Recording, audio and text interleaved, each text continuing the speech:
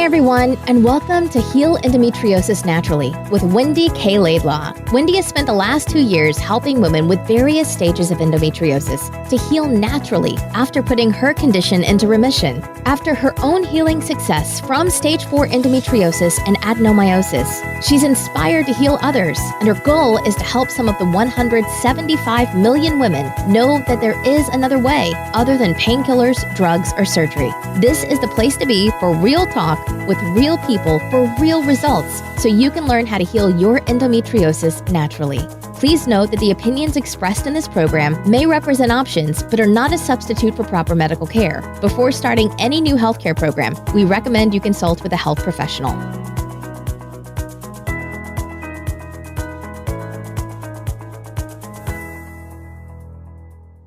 Hey everyone, it's Wendy K Laidlaw here, and as always, I do hope that this message, video and audio finds you well. Today I'm talking about breaching castle walls, and what do I mean by that? Well, if you think as your family or your home or your sense of self and sense of stability as your castle, either one of those things, you have this essence that you naturally want it to feel safe. What I found over the years of working, in fact, it's almost 10 years now working with women with endometriosis, as you know, after putting my own into remission, is that invariably they have grown up in a family that has not appreciated their sensitivity and their high degree of connectedness and sensitivity and emotional intelligence, if you like. But B, they have been the one in the family to hear and see and feel everything, where others in the family have not. Now, I always like to start by saying I'm never here to badmouth or beat up or, put upon anyone in anyone's family, because, we're all here by our conditioning and how we've grown up. But if you're a woman with endometriosis and you've tried the produce and the products and the property and everything else, and nothing else is working, then you may find that it's the final 2 Ps, the final 2 poisons that need to be addressed, i.e. people and past. Now, this can be incredibly challenging. Normally what I find is many women find it very easy, and I know I did on my journey, of just addressing the foods and the diet and the products and things, which by itself can be quite challenging. But most importantly, addressing the emotional components, because if you've grown up in a family that has been dismissive or mistreated, mocked, or even, dare I say, abused your sensitivity, as a young child, you would have learned to distance yourself from it, dismiss your feelings and emotions, fear any feelings or emotions that arose, and disassociate almost from your body. Now, I know that sounds like quite a severe and profound thing to do, but as a child, you don't have the knowledge or the wide access to information that perhaps now that you do as an adult. So this is why a lot of my work that I do now, if you're still listening to this podcast after a period of time, or indeed you've worked with me, you know that we address the 5 Ps, the 5 poisons, which is produce, products, property, people, and past. And there's a very systematic and structured process through the Endoboss Academy, which is a 12 months program, that we address these things. Because again, I know how challenging it can be if you're in a super stressful job or a super stressful relationship, or indeed, the condition has got you to the point where you've had multiple surgeries and you're lying on your sofa every day, or you're bedridden every day, much like I was, gosh, how many years ago now? 10, 11 years ago. So I get that how challenging it can be. So that's why the Academy was created. But ultimately, if you are reading the book, how I Ended My Endometriosis Naturally, which is available on podcast and Kindle and on Amazon, it will give you everything that you need to address all these 5 Ps. But what can be the most challenging is, as I say, when your castle walls have been breached. So imagine that you are the castle. You have this sense of, protectiveness. You've maybe put up a few moats. You kind of got your guards up. That actually requires a lot of energy to do that. And that probably started and was created when you were younger, where you didn't have that sense of safety. And I would even ask you now, as you're listening to this or watching this, can you think back a time? And it may be something you want to journal on, or go and sit on grass, or go into nature and just think, when, if ever, did I ever feel safe? And I know for me, that was just I never had that feeling of safety. I was always on guard. I was always alert. I was always attuned. I was always sensitive, or overly sensitive, as some people would class me, to the people, places, and things around me. And obviously for good reason, as I would continue my journey, and I'm going to be talking more about some new programs that are going to be opening up specifically for those final two elements.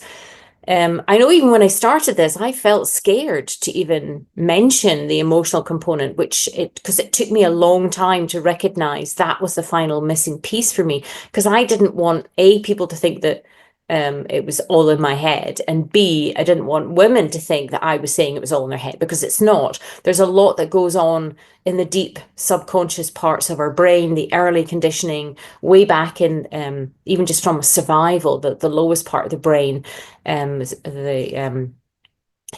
that it's connected to the vagus nerve, which goes right down the spine and branches out into the body. If the body perceives threat, doesn't feel safe from the very people that are supposed to make them feel safe, where does that child go to feel safe? Well, she probably never feels safe, but she learns to adapt her personality and her being and her body and her brain to the environment that she's in. Now, as I say, I'm never here to bash anyone's family, but sometimes there can be a person or people in a woman's family who don't value her, don't appreciate her, don't lift her up, aren't her biggest cheerleaders. And she feels very alone and isolated, misunderstood, feels different, feels like nobody gets her, feels like she's some alien on this planet Earth. So this is where, when we're thinking about our castle and breaching our castle walls, I encourage you just to, allow yourself some space. And it was very hard in this day and age, but turn your phone off, go and take a pen and paper and go and sit somewhere quietly and just allow for some gentle, just quietness can be very powerful for women with endometriosis. I know if you're in pain, that might feel counterintuitive, but the pain is trying to speak to you. The pain in your body is regarded by some in the emotional, psychological fields as the unconscious, as the subconscious, which when I first heard that, I thought it was a bit of a weird concept, but obviously the more I've gone on my journey, the more work I've done myself, it's so true. Your body is always speaking to you. Our challenge, and I say it is a challenge because it is a challenge, is to learn how to listen to what the body's telling us when we've eaten something, when we've been somewhere, when we've been around somebody, or as we're about to engage with something. Our body's always trying to speak to us, whether it's the tightness in the throat or the tightness in the jaw, or feeling the tightness in the chest, or something in the stomach. I was actually watching something last night and I woke up this morning with a tight jaw. And I thought it was really interesting. So I'm aware that person I find offensive, or maybe offensive is not the right word. I find that person jarring, I think, which is quite, poignant given that my jaws were really tight. So again, this sometimes in the past I've been around someone and I used to get like this knot in the back of my neck, at the top of my shoulder whenever I was around that person. And I used to dismiss all of that as a bit woo-woo and kind of a bit not really my scene. But as you'll learn on the journey, so if you're addressing your diet and you're staying off wheat and really watching your sugar consumption and avoiding soy and things like that, and eating as much green as you possibly can, having your power shakes, and you've swapped out all your products and you're looking at your environment and your property, and you're still not getting the results that you seek, please don't despair. This is where you come back to checking inside your castle walls. Who has breached your sense of safety? Who has breached your sense of identity, your sense of self?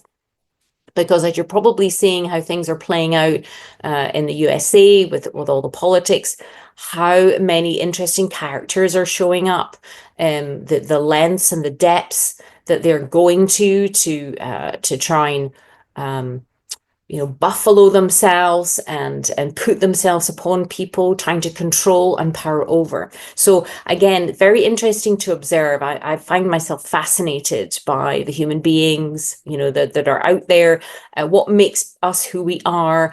And if you can read as much as you can about these things, then please do. I've got another couple of books coming out shortly about embracing emotions, empathy and energy, and about the who before the why, because I know a lot of people might be in jobs.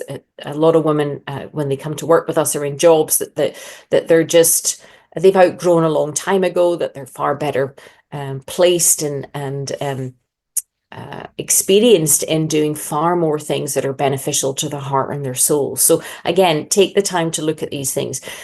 Sometimes, I read a statistic the other day that said like 1 in 10 people in our Western world may be classed as sociopath, psychopath, which was quite an interesting thing. So again, if you're a very sensitive person, you're very connected, you're very heartfelt, your light has probably drawn to you, it's not your fault, but has drawn to you some maybe gray or dark people. The gray are the ones that are energy neutral, and the dark are normally energy draining. So again, your body will tell you quite clearly, and our job is to listen to it and not be frightened by it, but your body will tell you quite clearly who you're around and what you're doing, how that impacts you. Do you feel seen and heard and valued? Do you feel excited and uplifted and enthusiastic and energized when you're around certain people?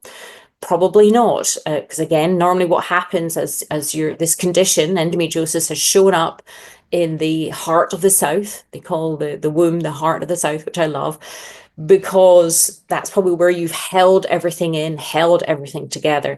And if your nervous system is dialed up, it's affecting your immune system, because ultimately your immune system should be able to go in and clean up any displaced endometrial tissue that's lodged itself in the abdominal cavity and clean and clear that away by itself. If it's not doing that, then it's probably the body's feeling under threat or under great stress, and it's just not able to kind of do the jobs that it's needing to do. So important to start to pay attention. If you know, if you know me, I'm going to be saying you journal in the morning as you wake up. I do that every single day and have done for decades. It has helped me completely transform who I am and how I think and feel to the most positive point in my life that I've ever had. Had I not been journaling, I don't know where I'd be right now. Because what the journaling does is it helps you tap into that information highway to yourself, to your soul, to your spirit, to your instincts, to your intuition. So allow yourself to tune back, just tune in. You might never have journaled before. Someone might have even breached your trust. I know when I was a teenager, my mother had read my journal, and you can imagine how resistant I was to journaling in later years when that was recommended to me. But the key thing is helping you tune into who you are.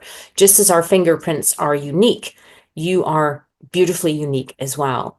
So by tuning into yourself, by taking time to think, going into nature, really, even if it means putting an alarm on your phone to if you're at work every day, to go and spend the allotted and the allocated lunch hour, it's called a lunch hour for a reason, to go and sit outside as much as you can, get away from your desk, get away from the people that you're at work with, and allow yourself to think. What tends to happen nowadays, everybody's so bombarded from so many different elements and so many different angles that it's very hard for a lot of women to even think. So writing in the morning, just hearing your thoughts and feelings and fears and anxieties. There's a lot of misinformation about, writing and things. As much as I am a great, advocate of being thankful and appreciative of what I have and, showing gratitude, do also allow yourself to tap into your fears and anxieties and to your anger and rage and fury at whatever it is, and try not to judge yourself for it. You're allowed to have these feelings. These feelings ultimately, and these emotions are actually messengers. There is meaning behind the emotions that you have, especially as a woman on this journey. Your body's screaming out to you right now to pay attention to something or someone, or indeed both.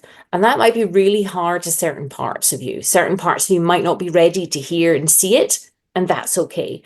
And what I would suggest is writing out what part you might think that is. Invariably, it's a young part, it's a child part. There might even be an adolescence part, like it's a teenage part that feels rebellious, that wants to just burn the whole thing down and blow everything up. And then there's the child part that just feels really scared and anxious and uncertain and insecure. So by even drawing out certain parts as you feel them, it allows for greater clarity. I would even suggest going to an art class, allowing yourself some expression. Again, dance for me was a really important thing on my journey, even just going into the bathroom and locking the door and having headphones on and just allowing my body to move to music, separate and away from the prying eyes of, who I used to be around. So again, coming back into your body will give you a lot of information. But if you do start to fear and feel anxious about even acknowledging perhaps the partner you're with, or the husband, or the partner, or the wife, or whoever it is that's in your life, or maybe it's a parent, maybe it's a partner or a parent, or someone, or even your boss, or whoever it is that's in your life that is causing you anxiety, then please don't worry. It doesn't make you a bad person to acknowledge these things.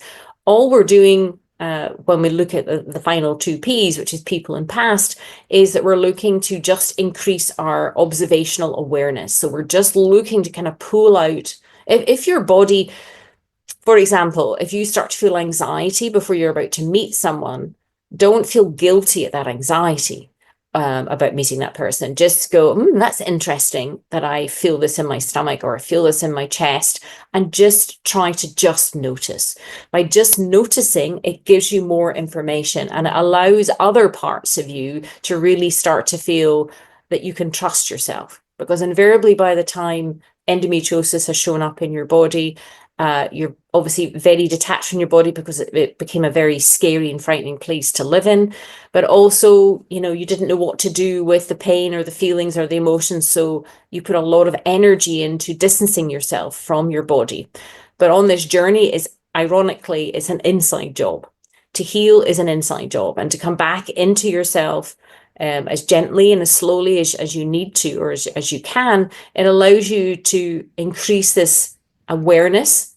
And I always say half the battle is awareness. Once you have the awareness, and again, some people panic when they have the awareness, like, what do I need to do? You don't need to do anything right at this second, but what you need to do is acknowledge what your body's trying to say to you. So there's, they talk about listening to your gut and your gut instincts for a reason. So listening to your body in a way that is loving and kind, and not sort of dismissing it or feeling guilt or shame about it, is very important, especially for protecting, yourself. Now, if you feel that for example, your castle walls have been breached, it's probably because somebody has wheedled their way into your life and you don't know how to shift that relationship or put in a boundary. Now, boundaries for me, on my journey, it just felt like, obviously I understood the fence boundary, but I had no concept or idea of what an external personal boundary meant, or an internal boundary meant. So again, just be really explorative at this particular point. As I say, I've got some more programs that I'm working on right now to really help and try and fast track that, because it took me a long time to trust myself, and not only trust myself, but recognize I was valuable, and I was valued enough by myself to put in these boundaries. Because when you've grown up to be a good girl and a people pleaser and maybe an A-type personality and achiever, it's very challenging to adapt and adjust to these behaviors, because you've always been in a reactive state. What we're looking to do on this journey is just increase our awareness, to just notice, to come into this kind of observational part without shaming or blaming ourselves. Sometimes you might find you just automatically go into a certain way of being and feeling and seeing when you're around certain personality types. And my suspicions are it's when you're around very strong, demanding, complaining, never happy, unpleasant personality types that your personality, goes in to try and please them, to try and understand them, trying to make them happy. And that's what we're not saying that you'll be like them and you'll never be empathetic, you'll stop being empathetic and sensitive, because what we're going to be turning that sensitivity into is your superpower. So that sensitivity comes with really firm boundaries because you value yourself. Maybe you're at a point where you don't really value yourself. You don't really recognize your value in the world because you've been put upon by the external people around about you. There are a lot of people out there, even in the medical field, in the helping field, even in the therapy field, even in the all sorts of different fields that kind of present themselves as wanting to help, but actually they've got their own agenda, they've got their own ideas about what they want to put upon you, how they want to power over you. And this is really distressing for women, especially when they're in a very vulnerable stage and a very vulnerable point, and they're terrified of I remember at one point thinking, is this my life? Like, is this how I'm going to be for the rest of my life? It was terrifying. And I was desperate for help and desperate for people to kind of tell me what to do. But what I learned was that I had to learn to tune back into myself. And it was challenging because I was terrified of my feelings and emotions for a long, long time, for decades. Now I have a lot of respect for what comes up, and I do my very best every day to make sure that I observe and I keep my awareness high. And then obviously, as I say, there's different stages. It's increasing your awareness about someone. It could be a boss, it could be a partner, it could even be a parent.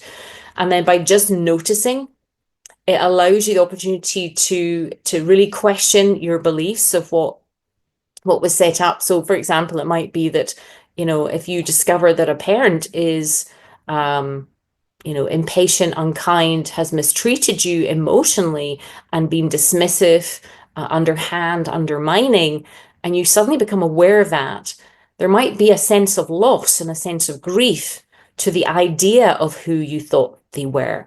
And somewhere, somehow, little you thought, if I can just be good enough, if I can just be smart enough and marry Prince William and climb Mount Everest, then they'll love me, they'll notice me. But ironically, it wouldn't matter what you did or who you were. They only see you through their eyes. And because they're so self-absorbed and don't have empathy and compassion like you do, they're never going to see you in the way that you want to be seen. And this is where we have to turn that light back inward to ourselves, to see ourselves, allow the grief and the grieving and the disappointment and the upset of the idea of who we wanted, say, as a partner or as a parent. And then that's when the healing starts to begin. So I wanted to jump on here quickly, just talk about, if you imagine yourself as this castle, who has been breaching your walls, because what can sometimes happen is women become very isolated and alone on this journey because they feel very misunderstood, because they're surrounded by people who don't get them or understand them, or they've got people who've come into their lives that are bullying them and harassing them and pressurizing them and powering over them. So again, if you're listening to this or you read my book, you're a particular type of woman anyway. So you're listening to that inner voice, that inner calling. Keep strengthening that, because that's going to get you through and guide you through.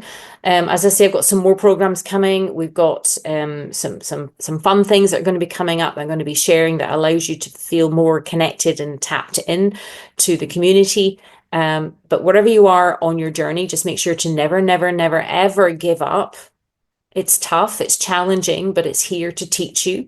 It's enabling you to stop, pay attention to where you are, where you're living, what you're eating, who you're around, what your career path is on, and ultimately really sharpening, if not for the first time, putting light on who you are. Now, I know some people feel a bit uncomfortable about, like, who am I? And am I good enough? And am I perfect enough? And am I okay as I am? You're absolutely okay as you are as a woman.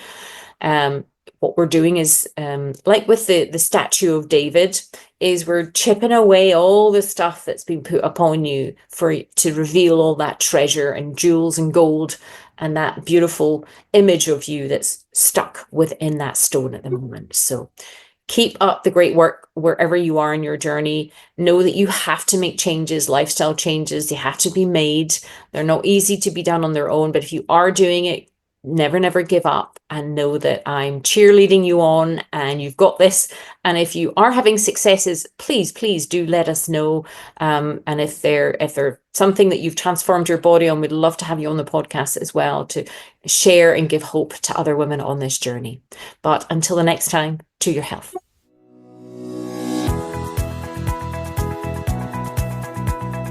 Thanks for listening to Heal Endometriosis Naturally with Wendy K Laidlaw, and I hope you enjoyed the show. Don't forget to subscribe, like, and rate us. If you're interested in learning more, you can download your top 5 jumpstart tips at healendometriosisnaturally.com and jump on the VIP email list. Remember to keep you number one. The world needs a healthy you.